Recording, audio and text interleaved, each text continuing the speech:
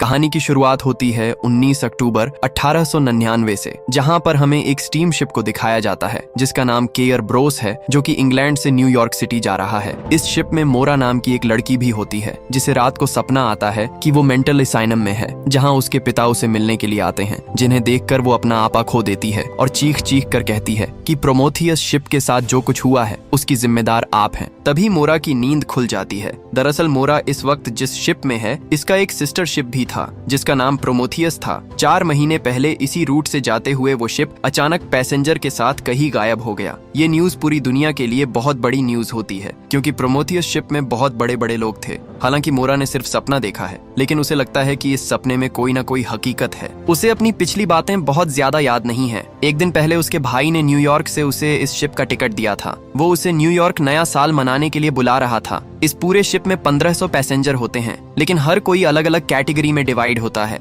जैसे कुछ लोग वर्कर क्लास में होते हैं, कुछ लोग लोअर क्लास में, कुछ लोग मिडिल क्लास में और कुछ लोग हाई क्लास में। मोरा हाई क्लास में ट्रैवल कर रही है और हाई क्लास में दूसरी किसी भी क्लास का कोई भी आदमी नहीं आ सकता। मोरा के साथ यहाँ पर और भी पैसेंजर होते हैं, जिसमें एक गे कपल होता है जो सबके सामने भाई बनकर रह रहे होते हैं क्योंकि इस वक्त गे लोगों को आजादी नहीं थी। साथ ही यहाँ पर एक न्यूली मैरिड कपल भी होता है और इन दोनों को देखकर लगता है कि ये दोनों एक दूसरे के साथ खुश नहीं है। यहाँ पर एक जापानी लड़की भी होती है जिसकी ओनर उसे न्यूयॉर्क बेचने के लिए ले जा रही है। अब जब ये सब के सब लंच कर रहे होते हैं तभी नीचे लोअर क्लास से एक लड़का ऊपर आ जाता है जिसे सिक्योरिटी पकड़ लेती है, पर वो चीख चीख कर कहता है कि मेरी बहन प्रेग्नेंट है, उसकी तबीयत खराब है, मुझे डॉक्टर की जरूरत है। हालांकि यहाँ पर डॉक्टर भी है पर वो लोअर क्लास में नहीं जाना चाहता। मोरा ने डॉक्टर की पढ़ाई की है, इसीलिए वो उसके साथ जाकर उसकी प्रेग्नेंट बहन टोफ की मदद करती है और वापस अपनी क्लास में आ जाती है, जहाँ शिप का कैप्टन उसके पास आता है। शिप का कैप्टन हमेशा उदास रहता है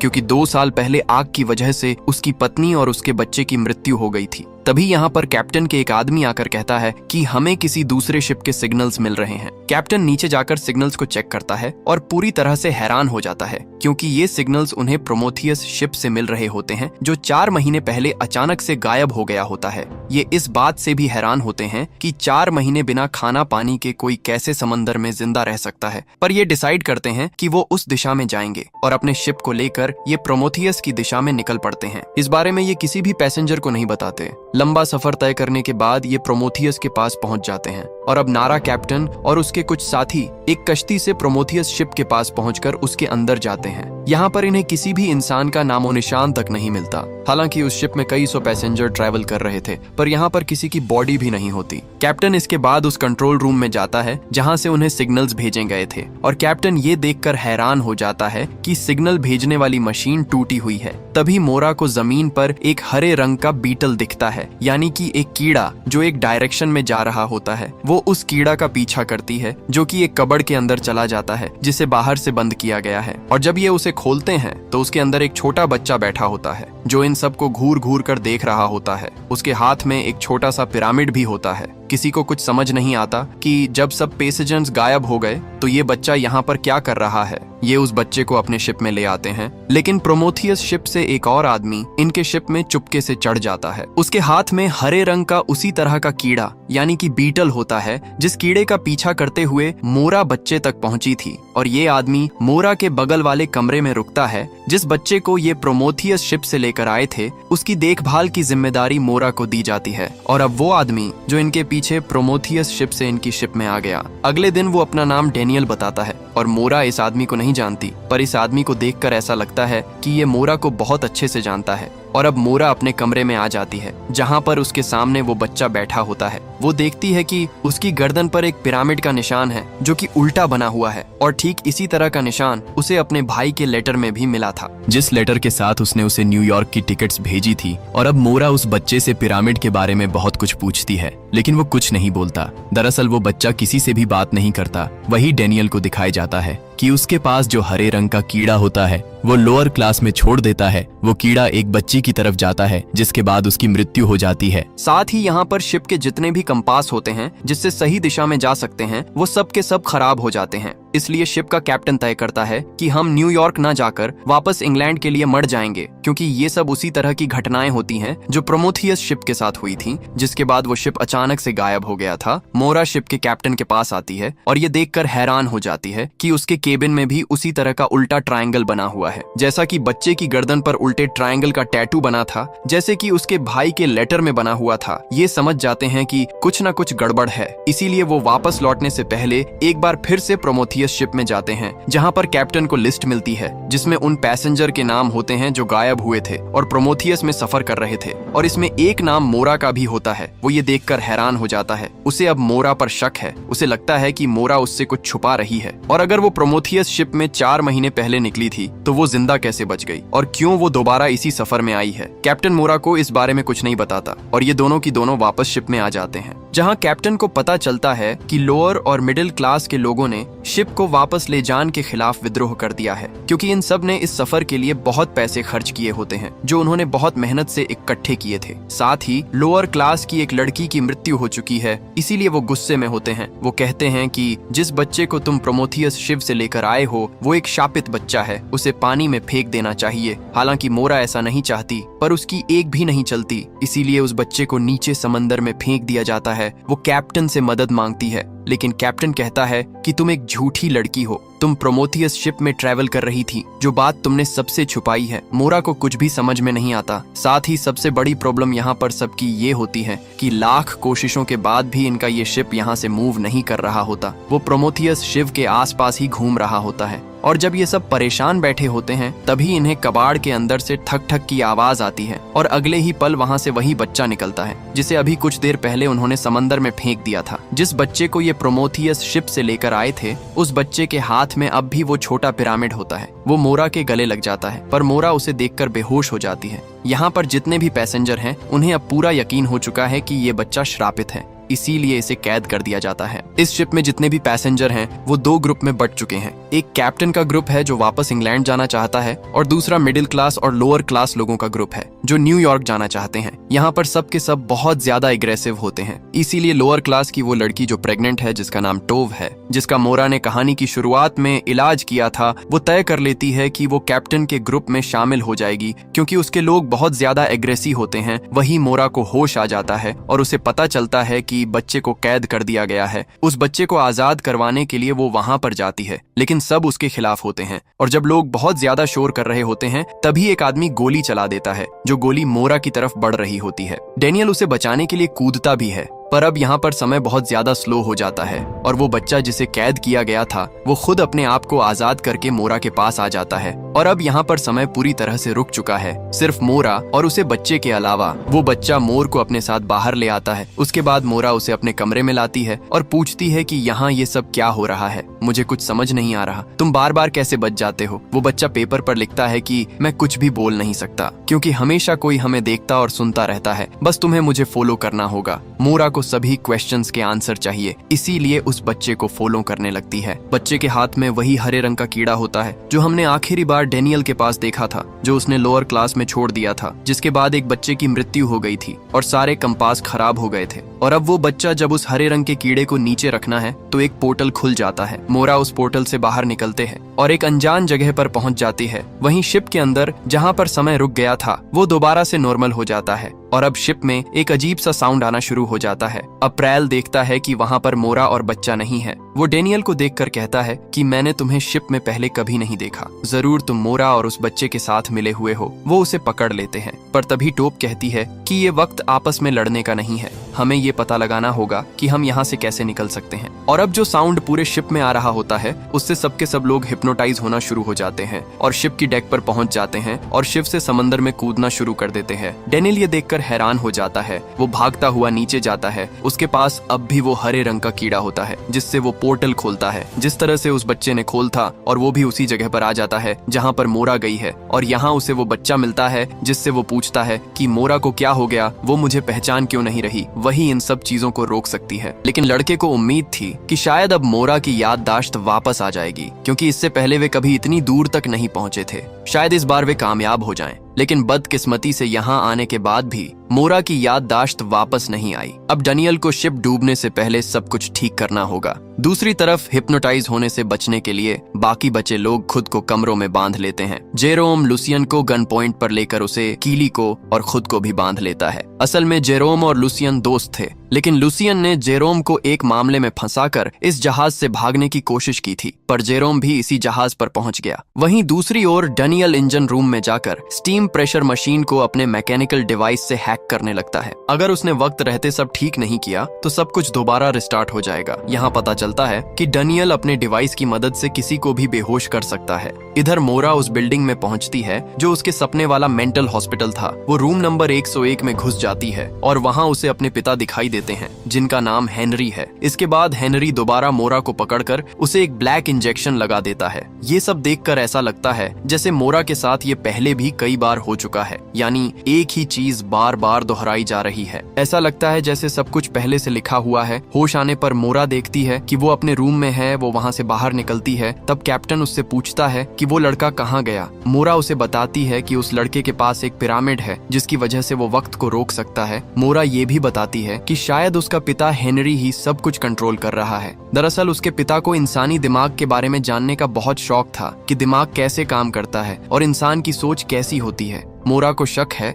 कि उसके पिता ने ही ये जहाज खरीदे हैं ताकि वो पैसेंजर्स पर एक्सपेरिमेंट कर सके। असल में मोरा के पिता की जिंदगी में सबसे अहम उसकी माँ थी, लेकिन जब मोरा पैदा हुई तब उसकी माँ की मानसिक हालत खराब होने लगी थी। इसके बाद उसके पिता ने अपनी पत्नी के लिए एक मेंटल हॉस्पिटल बनवाया, वही जगह जहाँ से मोरा अभी वापस आई है। कैप्टन यहाँ एक चौंकाने वाला खुलासा करता है कि प्रोमेथियस की पैसेंजर लिस्ट के नीचे उसके खुद के साइन है। इसका मतलब है कि वो प्रोमेथियस शिप का भी कैप्टन था। उसे कुछ समझ नहीं आ रहा कि यहाँ क्या हो रहा है। इसी समय उसे फिर से वही हरा बीटल दिखता है। फिर वो उसी प्रक्रिया को फॉलो करते हुए कैप्टन के बेड के नीचे वाली सुरंग में जाते हैं। वे दोनों सीधा कैप्टन की यादों में पहुंच जाते हैं। असल में बेड के नीचे बनी ये टनल पैसेंजर्स की यादों, खासकर उनकी डार्क मेमोरीज से जुड़ी हैं। मोरा को पता चलता है कि उसके बेड के नीचे भी ऐसी ही एक टनल है। फिलहाल वे कैप्टन के उस घर के सामने खड़े हैं जहां उसकी पत्नी और बच्चे की मौत हुई थी। दूसरी तरफ जहाज पर डैनियल उस अजीब आवाज को बंद कर देता है जिसकी वजह से सब हिप्नोटाइज हो रहे थे। लेकिन अब हालात भयानक हैं। जहाज पर 1500 लोग थे,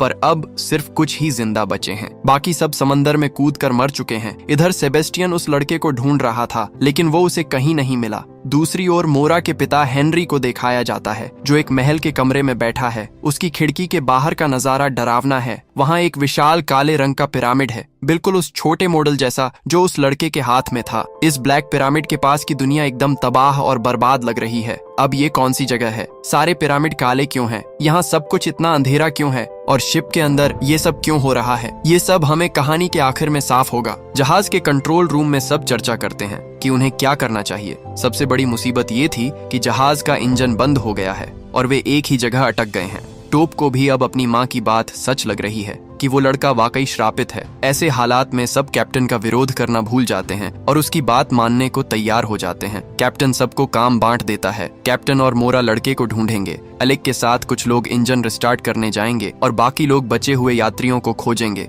तभी सब नोटिस करते हैं कि जहाज के अंदर से एक अजीब तरह का काला पदार्थ निकल रहा है जो लगातार बढ़ता जा रहा है। डैनियल सबको चेतावनी देता है कि गलती से भी इसे कोई छुए नहीं। मोरा टनल की मदद से कैप्टन को अपनी यादों में ले जाती है। मोरा बताती है कि ये मेंटल हॉस्पिटल उसके पिता ने बनवाया था। अंदर जाकर वे खिड़की से देखते हैं कि मेंटल हॉस्पिटल की दीवारें असल में शिप के मटेरियल से बनी हैं, यानी ये नकली हकीकत या पॉकेट डायमेंशन असल में शिप के अंदर ही मौजूद है। इधर सेबेस्टियन को ढूंढते हुए मिसेस विल्सन उत्सुकता में उस ब्लैक मटेरियल को छू लेती है, जिसकी वजह से वो काला पदार्थ उनके पूरे शरीर पर फैलने लगता है। दूसरी तरफ टोप एक कमरे में घुसते ही अचानक अपनी पास्ट मेमोरी में पहुंच जाती है। असल में क्रेस्टर का उसके मालिक के बेटे के साथ अफेयर चल रहा था। जब मालिक को क्रेस्टर के इस बर्ताव का पता चला तो वो उसे गोली मारने गया, पर गोली क्रेस्टर की आंख के पास से निकल गई। टोप उस समय वहीं मौजूद थी। मालिक ने टोप को पकड़कर बेहोश कर दिया और सबके सामने उसके साथ जबरदस्ती की। होश आने पर टोप ने उसे मार डाला, यानी टोप के पेट में जो बच्चा है वो उसी आदमी का है। जहाज के कई पैसेंजर्स इंजन रूम में जाकर काम करने लगते हैं और आखिरकार वे इंजन स्टार्ट कर देते हैं। कंट्रोल रूम में मौजूद दो लोग ये देखकर बहुत खुश होते हैं, लेकिन अब सवाल ये था कि जहाज चलाएगा कौन, क्योंकि उनके पास जहाज चलाने का कोई तजुर्बा नहीं था। इसी बीच सेबेस्टियन को मौका मौका मिल जाता है और वो डाइनिंग रूम के कैबिनेट से कहीं टेलीपोर्ट हो जाता है। असल में वो हेनरी से मिलने आया है। हेनरी उसे बताता है कि उन्हें हर हाल में उस बच्चे का ब्लैक पिरामिड ढूंढना होगा। यहाँ कहानी में एक बहुत बड़ा ट्विस्ट आता है। दरअसल मोरा और बाकी सब एक सिमुलेशन के अंदर हैं, यानी एक कंप्यूटर प्रोग्राम के भीतर। जैसा कि मोरा ने कैप्टन को बताया था कि उसके पिता ने जहाज खरीदकर पैसेंजर्स पर एक्सपेरिमेंट किया है, तो मुमकिन है कि यही हेनरी का असली एक्सपेरिमेंट हो, जहां वो सबको सिमुलेशन में भेजकर उन पर स्टडी कर रहा है। यहाँ ये भी पता चलता है कि ये सिमुलेशन 8 दिनों तक चलता है और जैसे ही 8 दिन पूरे होते हैं सब कुछ रिस्टार्ट हो जाता है और कहानी फिर से शुरू होती है। ये सब एक बहुत बड़ा रहस्य है जो अंत में खुलेगा। उधर मेंटल हॉस्पिटल में भी वो काला पदार्थ फैलने लगता है। तभी वहाँ डैनियल पहुँचता है। डैनियल को देखकर वहाँ मौजूद 2 लोग बहुत हैरान होते हैं क्योंकि वे पोर्टल के जरिए वहाँ आए थे। तो डैनियल वहाँ क्या कर रहा है? कैप्टन कहता है तुम पहले से सब कुछ जानते थे, चलो अब मेरे साथ। लेकिन डैनियल कैप्टन पर हमला कर देता है और उसे किसी दूसरी लोकेशन पर टेलीपोर्ट कर देता है। डैनियल मोरा को बार बार समझाने की कोशिश करता है, प्लीज अपने पास्ट को याद करने की कोशिश करो। डैनियल मोरा को बताता है कि वो उसका पति है, लेकिन मोरा डैनियल पर बंदूक तान देती है। डैनियल उसे देखकर कहता है तुम्हें कुछ भी याद नहीं आ रहा, हमारी शादी को 12 साल हो चुके हैं। मोरा उसकी बातों पर यकीन नहीं करती। उसे लगता है कि डैनियल उसके लिए खतरा है। वो डैनियल को एक कमरे में बंद कर देती है और खुद वहां से निकल जाती है। बाहर निकलने के बाद वो गुस्से में अपने हाथ की बंदूक फेंकती है जो एक कांच की दीवार से टकराती है। तभी मोरा को पता चलता है कि बाहर की दुनिया नकली है और फेक डिस्प्ले से घिरी हुई है। मोरा ये देखकर और भी हैरान हो जाती है। दिलचस्प बात ये है कि हेनरी ये सब अपने मॉनिटर पर देख रहा है। असल में हेनरी के कमरे की एक दीवार पर बहुत सारे मॉनिटर लगे हैं जिनसे वो हर जगह पर नजर रख रहा है। इसका मतलब है कि कौन कब क्या कर रहा है। हेनरी को सब पता है। इधर कैप्टन को फिर से दिखाया जाता है। वो जंगल के एक घर से निकलकर वापस प्रोमीथियस शिप पर पहुंच जाता है और जब वो प्रोमीथियस शिप के बाहर देखता है तो उसके होश उड़ जाते हैं। वहाँ 1 या 2 नहीं बल्कि प्रोमीथियस जैसे ढेरों जहाज कबाड़ हालत में पड़े हुए हैं। दूसरी तरफ मोरा अपने जहाज पर वापस आती है जहाँ अब सिर्फ कुछ ही यात्री जिंदा बचे हैं।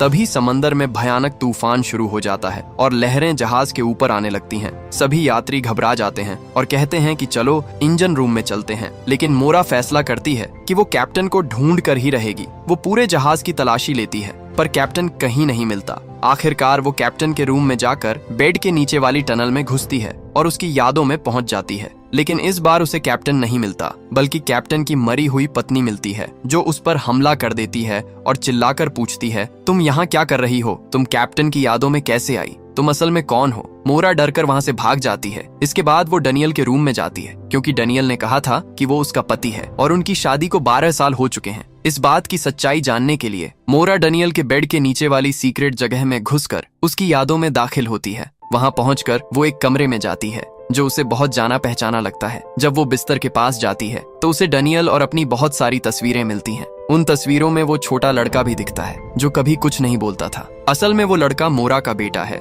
जिसका नाम इलियट है। इधर जहाज पर एक एक करके सब मरने लगते हैं। लिंगी अपनी माँ की परछाई का पीछा करते हुए बाहर आ जाती है। फिर लिंगी को बचाने के चक्कर में एलेग पानी में गिर जाता है। एंजेल लोहे के नीचे दबकर मर जाता है और लुसियन को हार्ट अटैक आ जाता है। क्रिस्टर के माता पिता भगवान को खुश करने के लिए और टोप को बचाने के चक्कर में फ्रांस अपनी जान कुर्बान कर देता है। धीरे धीरे पूरे जहाज में पानी भरने लगता है। पूरी तलाशी लेने के बाद भी उन्हें कोई और जिंदा नहीं मिलता। तभी वे देखते हैं कि उनका जहाज एक विशाल तूफान के अंदर समाने वाला है। अब उनके शिप पर सिर्फ 4 लोग ही बचे थे। इधर डैनियल जिस कमरे में बंद था वहां से बाहर निकलने का रास्ता खोजने लगता है। आखिरकार वो दीवार के पैनल खोलकर शिप के वायरिंग सिस्टम के अंदर घुस जाता है। इस भूल भुलैया को पार करते समय डैनियल को सभी पैसेंजर्स की यादें दिखने लगती हैं। अंत में वो मोरा की यादों में पहुंचता है जहां उसके सामने एक कब्र थी। लेकिन अगले ही पल पता चलता है कि उसके नीचे एक कमरा था जिसमें इलियट छिपा हुआ था। असल में ये दोनों जानते हैं कि यहाँ जो कुछ भी हो रहा है वो क्या है। वे जानते हैं कि ये पूरी जगह तबाह हो जाएगी। वे शुरू से कोशिश कर रहे हैं कि मोरा को सब कुछ याद आ जाए। उनकी बातों से पता चलता है कि ये सब पहले भी कई बार हो चुका है और वे एक लूप में फंसे हुए हैं।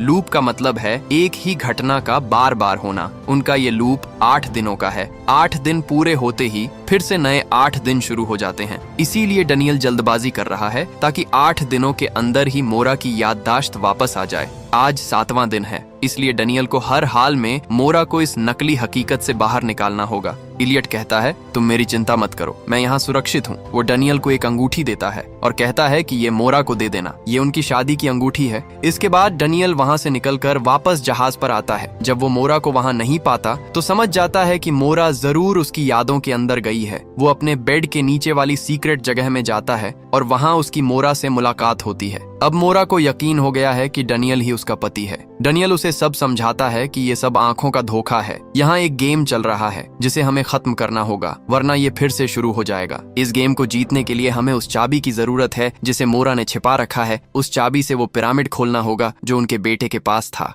तभी सब कुछ खत्म होगा। मोरा कहती है कि उसे चाबी के बारे में कुछ याद नहीं है, लेकिन क्योंकि अब उसे अपने पास्ट की बहुत सी बातें पता चल गई हैं, तो थोड़ी ही देर में उसे सब याद आ जाता है। वो कहती है, मेरे भाई ने जो चिट्ठी भेजी थी उसके साथ एक टिकट और एक चाबी थी। वो चाबी मैंने अपने पेंडेंट में लगा ली थी और वो पेंडेंट अब भी मेरे पास है। मोरा को ये भी याद आता है कि उसके पिता मेंटल हॉस्पिटल में इसी चाबी के बारे में पूछ रहे थे। दूसरी तरफ सेबेस्टियन शिप की एक जगह से एक डिवाइस निकालता है और उसकी मदद से इलियट को ढूंढ निकालता है। सेबेस्टियन मोरा की यादों में जाकर इलियट को किडनैप कर लेता है। वे पिछले कई लूप्स से ऐसा करने की कोशिश कर रहे थे और आखिरकार आज वे कामयाब हो गए। अब ब्लैक पिरामिड हेनरी के हाथ में है। हेनरी स्क्रीन की तरफ देखते हुए कहता है कि सिमुलेशन में मौजूद लोग सिर्फ अपनी भावनाओं की वजह से अपनी जान गंवा देते हैं। अगर वे भावनाओं के बजाय तर्क को चुनते तो कम से कम अपनी जान बचा सकते थे और उनके लिए सिमुलेशन से बाहर निकलना आसान हो जाता। असल में कोई और जाने ना जाने, पर हेनरी जानता है कि वे एक सिमुलेशन में हैं। यहाँ तक कि वो खुद भी एक सिमुलेशन के अंदर है और वो उससे बाहर निकलना चाहता है, जिसके लिए उसे उस चाबी की जरूरत है। हेनरी पिरामिड ले लेता है और उसे ऊपर से खोल देता है। पिरामिड के अंदर एक की होल था जिसकी चाबी मोरा के पास है। इस समय मोरा और डैनियल अपने शिप पर हैं। डैनियल अपने डिवाइस से इस जहाज के फंक्शंस को बदलने और उन्हें खराब करने की कोशिश करता है। साथ ही वो मोरा को बताता है कि जब भी सिमुलेशन खत्म होता है तो सारे जहाज एक खास जगह पर जाकर जमा हो जाते हैं, वही जगह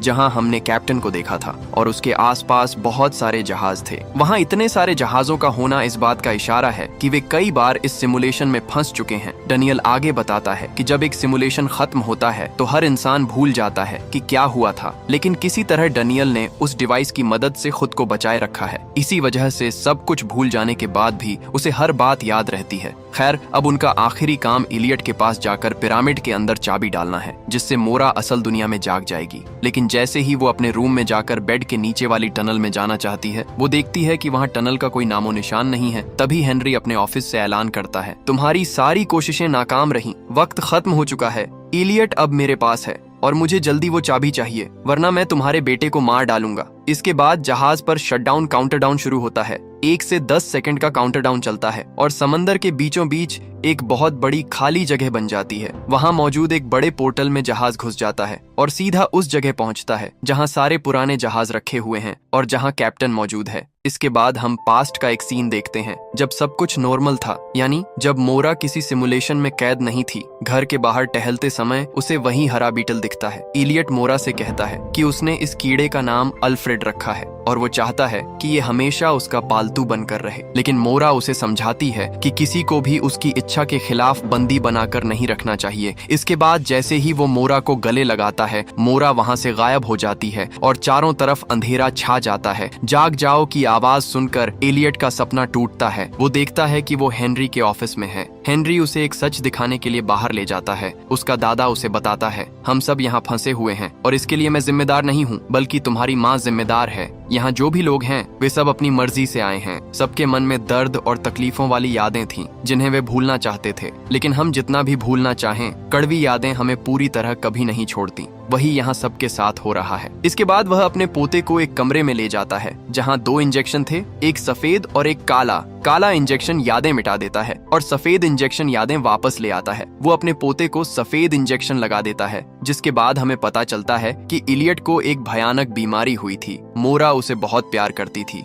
और उसे खोना नहीं चाहती थी। इसी वजह से उसने अपने बेटे को सिमुलेशन में कैद रखना चाहा। हालांकि डैनियल ने मोरा को ऐसा करने से मना किया था, फिर भी मोरा ने कहा कि अगर हम ऐसा करेंगे तो हम हमेशा साथ रह पाएंगे। इसी कारण वो अपने बेटे, पति और उन लोगों को लेकर जो अपनी जिंदगी में टूट चुके थे और जिनका डार्क पास्ट उन्हें परेशान करता था, इस सिमुलेशन की दुनिया में आ गई। दूसरी तरफ डेनियल को दिखाया जाता है, जो अपने डिवाइस से यहाँ पर हो रहे सिमुलेशन को हैक कर देता है, जिससे यहाँ का जो भी सिमुलेशन होता है पूरी तरह से बिखरने लगता है। इसके बाद शिप में एक ब्लैक कलर का पदार्थ आ जाता, जो शिप में फेल कर उसे तबाह करने लगता है। यहाँ पर जितने भी लोग बचे हैं वो एक दूसरे की यादों से होते हुए एक बार फिर से वापस शिप में आ जाते हैं। वहीं मोरा को पकड़ लिया जाता है, जिसके बाद मोरा को उसके पिता के पास ले जाया जाता है और मोरा एक्सेप्ट करती है कि उसी ने इस सिमुलेशन को यानी कि इस दुनिया को बनाया है। उसके पिता उससे चाबी मांगते हैं, मोरा उन्हें चाबी दे देती है, जिसके बाद मोरा के पिता उसे ब्लैक कलर का इंजेक्शन लगाकर उसकी यादों को मिटा देते हैं। उनके पास पिरामिड की चाबी है, जिस पिरामिड के नीचे वेकअप लिखा होता है, यानी कि इस दुनिया से निकलने का ये रास्ता है। अगर इस चाबी को पिरामिड में लगाकर खोल दिया जाए तो सब असली दुनिया में उठ जाएंगे, पर जब मोरा के पिता ऐसा करते हैं तो चाबी काम नहीं करती। दरअसल डेनियल ने जब पूरे सिस्टम को हैक किया था तो उसने पिरामिड के सादगी को भी पूरी तरह से बदल दिया था, इसीलिए पिरामिड और की काम नहीं कर रहा होता। वही मोरा को दिखाया जाता है, जिसकी आंख खोलते ही वो देखते हैं कि चारों तरफ कुछ भी नहीं है। तभी उसे क्रॉस दिखता है,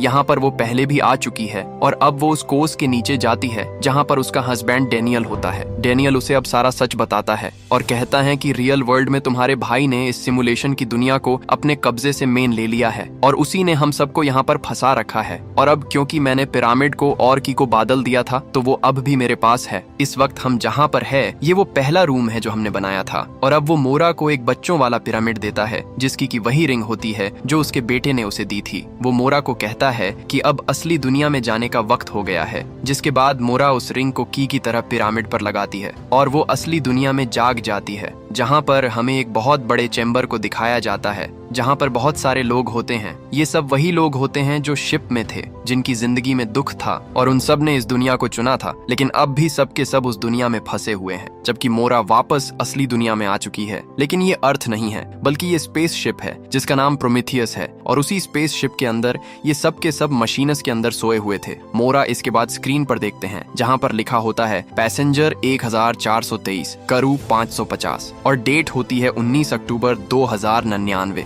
यानी कि इतने सारे लोग इस शिप के अंदर है जो सब के सब उस गेम की दुनिया में फंसे हुए हैं। हालांकि वो भी बाहर निकलना चाहते हैं, लेकिन मोरा के भाई ने सबको वहां फंसा दिया होता है। और तभी मोरा को उसके भाई का मैसेज आता है जिसमें लिखा होता है वेलकम टू रियलिटी वर्ल्ड। दरअसल मोरा ने दिमाग की इस दुनिया को इसलिए बनाया था ताकि वो अपने बेटी के साथ हमेशा के लिए रह सके, क्योंकि उसके बेटे को बीमारी थी, उसकी मृत्यु होने वाली थी। और अब मोरा जब उस दुनिया में जाती है तो वो उसी दुनिया में फंस जाती है, क्योंकि उसके भाई ने इस पूरी गेम को, इस दुनिया को टेक ओवर कर लिया था, जिस वजह से ये उस दुनिया से निकल नहीं पाते। बार बार इनका जो दिमाग होता है इस चीज को दोबारा से शुरू कर देता है और सबके सब वहां पर फंसे रह जाते हैं। पर मोरा अब असली दुनिया में आ चुकी है, इसके बाद शायद वो बाकियों को भी असली दुनिया में वापस ले आए और इसी सीन के साथ ये कहानी यहीं पर खत्म हो जाती है। दोस्तों, आपको वीडियो कैसी लगी? लाइक और कमेंट करके जरूर बताना।